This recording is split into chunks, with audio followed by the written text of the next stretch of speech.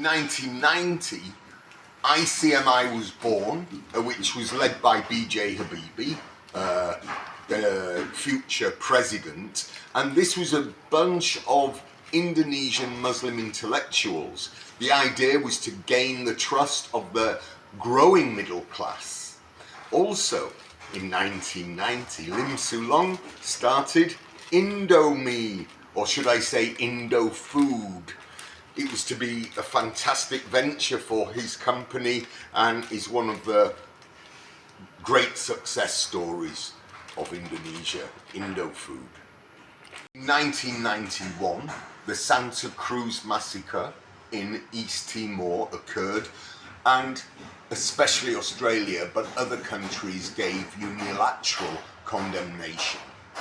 In 1992, the Cold War ended. Suharto strengthened his position with NAM, that's the non-aligned movement, and also with ASEAN.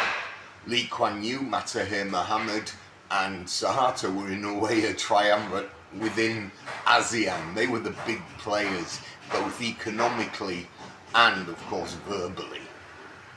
In 1993, Suharto won his 6th presidential election.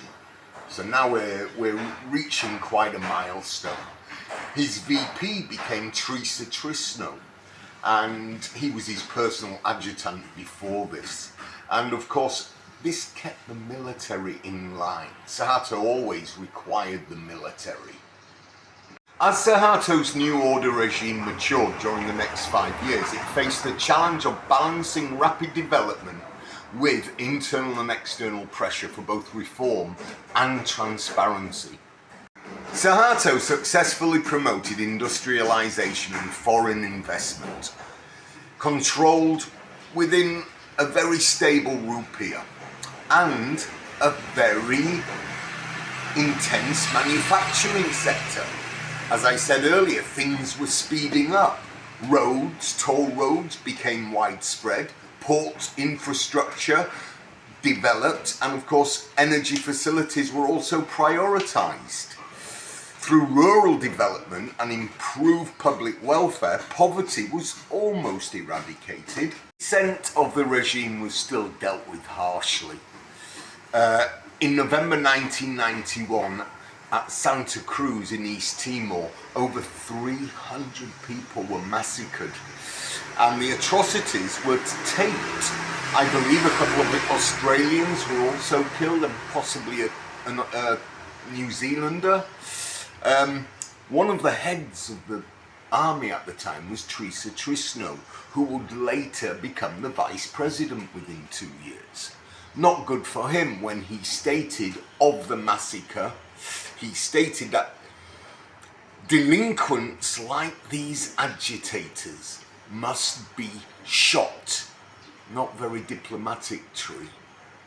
During these years, nepotism became a household name for the Suhartos.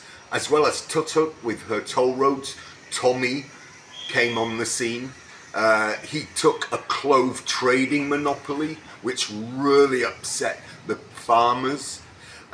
He was also caught up with a huge scandal. A lot of you might remember the name Eddie Tansil. Well, of course, it was Tommy Suharto who introduced Eddie. Anyway, you can read up on Eddie Tansil if you wish. Now, at the end of '93, Suharto looked impregnable, always choosing different vice presidents, not looking like he had a contender for his crown at all. And to be honest, only Suharto realistically looked like leading the country for at least the next 5 years.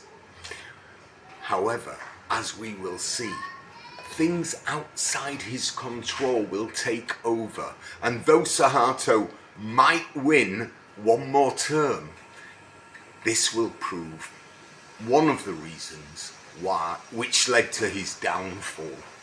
Hope you're enjoying the series. See you next week.